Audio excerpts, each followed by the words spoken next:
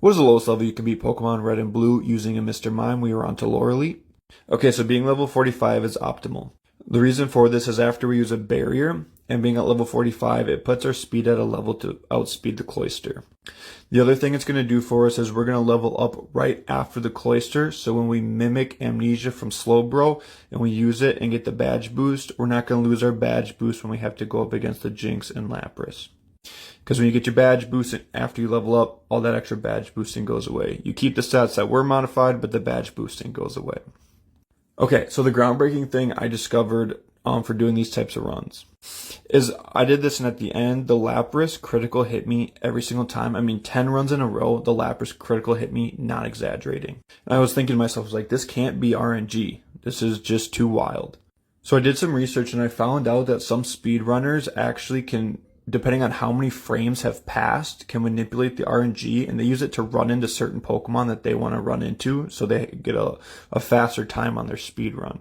So what I did before this one, instead of just starting the game up and running right to lower elite, pressing A, as you obviously see me spamming A the whole time I do this, I walked around a little bit, I looked at my trainer card, I changed the amount of frames before I entered the battle, and then as you'll notice, the Lapras did not critical hit me. So what I'm starting to wonder is, if I'm not getting the RNG I want, if I restart and adjust the amount of frames before I start the battle, you could theoretically get some sweet RNG. And so figuring this out has made me more excited for this run more than ever. Because I'm just one guy, but if more people try to do these runs and try to figure out what the optimal RNG is, I think we can get some of these levels so low, it's going to be mind-blowing. So I've got more research to do on this before I can give you much more information, but I just kind of discovered this, so it's pretty sweet. So the question I'm going to ask you is, what is the lowest level you can beat Pokemon Red and Blue using a Mr. Mime? We are on to Bruno. So something to take note on here is, in order to get a Mr. Mime in Pokemon Red, Blue, and I also believe Yellow, you have to trade an Abra on Route 2 to this guy, and he gives you this Mr. Mime called Marcel. Now, something to note on traded Pokemon in Gen 1 is you will notice after I level up, it'll say Marcel gained a boosted, certain amount of experience points. That's because traded Pokemon just get more experience points.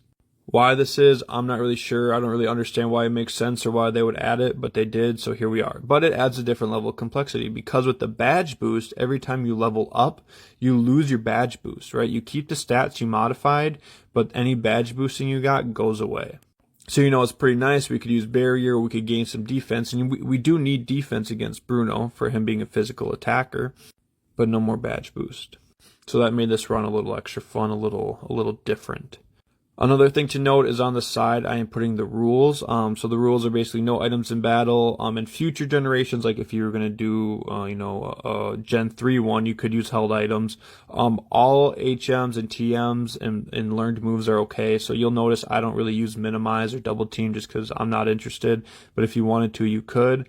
The rival can have any starter you want. Pokemon must be able to be obtained through normal gameplay. Like, honestly, I don't care if you just pop the Pokemon in there, but you can't have like it glitched, or it can't be some wild Pokemon. You'd have to be able to play the game normally and have that exact same Pokemon, otherwise not valid. You can't have any other Pokemon in your party. Somebody did comment that was a very good question. They were thinking for like an EXP share just to take some off you so you could end it at a lower level. It was a great thought, but no, we can't do that. And then you can save in between battles, but like no save state. So I couldn't have a save state on like an emulator like mid-battle just to try to get that RNG stuff. And just since it's SLOT, I am just doing the Elite Four. I'm not playing through the whole game because that would take way too long, and honestly, too much editing and nobody cares. So there you go. Thank you guys. Like, comment, and follow. I really appreciate all the support. So the question I will ask you is, what was the lowest level you can beat Pokemon Red and Blue using a Mr. Mime? We are on to Agatha. So our favorite poison type gym leader, Agatha, is what we call the Agatha lottery. So J Rose 11 on YouTube, he kind of coined that phrase as far as I know. Definitely check him out. He is probably the best, my favorite, my opinion. But anyway, Agatha's quite the lottery, and not only in what moves she decides to use, but also what the moves do. Confuse rate, am I going to get through? Hypnosis, how long am I going to be asleep for? Stuff like that. So if you'll notice, critical hit, when I get a little bit of hyper focus lottery, I don't mind. I think it's a little poetic justice there. I think it's pretty sweet. This one was a lot of trouble, and I don't think without this kind of luck, I would have gotten through, if I'm being completely honest. So 2 critical hits already is great. If you didn't know, critical hits are tied to speed stats in Gen 1, and Mr. Mime is not known for his speed. So now if you're a Persian, a Tauros, or someone like that getting a critical hit, it makes a lot of sense. It can be expected, but for someone like Mr. Mime to have this many already, it is pretty wild. We could have taken 2 nightshades, so I was feeling pretty safe by this point, but we did not want to be put to sleep. Toxic is fine. We go ahead and go for our psychic here. And we're pretty much safe to go unless we were put to sleep. So we are hoping, all right, Nightshade is perfect. It'll only do 60. So that was the Agatha lottery, assuming we don't get a Gen 1 miss, which is a 1 in 256 chance to miss any move, because that's how they coded the game, and we got it. So there we go. Thank you, everybody. That was Agatha, the lottery. So the question I ask you is, what was the lowest level you can beat Pokemon Red and Blue using a Mr. Mime? We are on to Lance. So if you take a look at Lance's team, you will notice he is a very physical attacker. I believe only the Hydro Pump on Gyarados is the only special move he has. So I'm going to go ahead and take down the Gyarados with a 2-time super effective Thunderbolt, no problem. And then I level up here, which was really helpful. So then I go ahead and I use Barrier, because at this point, if I can just stop the physical attacks, it should be pretty smooth. And also note, this was my first run through on this one, so that was pretty sweet. So I get the Hyper Beam. Dragonair is going to have to recharge, so I'm going to go for another Barrier. And then I wasn't really sure. I was still kind of theory crafting on what I was going to do here. I went for the last Barrier because I figure, hey, if I'm just fully defensed up, it can't be too bad. I know the Dragonair has to recharge, and I know I'm going to outspeed, so I just mimic agility just in case. I was going to kind of test to see if I was going to need it to outspeed the Aerodactyl or not. But then I go ahead and Psychic, take down the Dragonair, no problem. I got pretty high special and badge boosted, so no big deal. And then I wasn't too sure, was I going to level up after this guy? And then I was like, let's just see what happens if I don't. So I go ahead, I go for the Psychic. And again, no surprise, one-shot KO that Dragonair. And then the Aerodactyl comes out, and I'm thinking, do I go for the Stab Psychic or do I go for the Thunderbolt? I opted for the Thunderbolt, and I did outspeed, so that was good to go. And you'll notice, because I didn't level up. If I would have leveled up, I don't believe I would have outsped, but I still had the badge boost. So now I don't have the badge boost. So I still outspeed the Dragonite, which is awesome. And then Special fell. I don't believe that was enough for a 2-hit KO. So I go for Psychic again, but I've got all those barriers up, and I get a critical hit. So there we go. That was Lance. Pretty sweet first try. So the question I ask you is, what was the lowest level you can beat Pokemon Red and Blue using a Mr. Mime? We are on to Blue. Pidgeot is a physical attacker, and we have much better special than we do defense, so we're going to go ahead and get rid of that right away. And then on the Alakazam, something a little funny happens here. So I go ahead and I'm going to mimic recover, but I want you to look at my HP.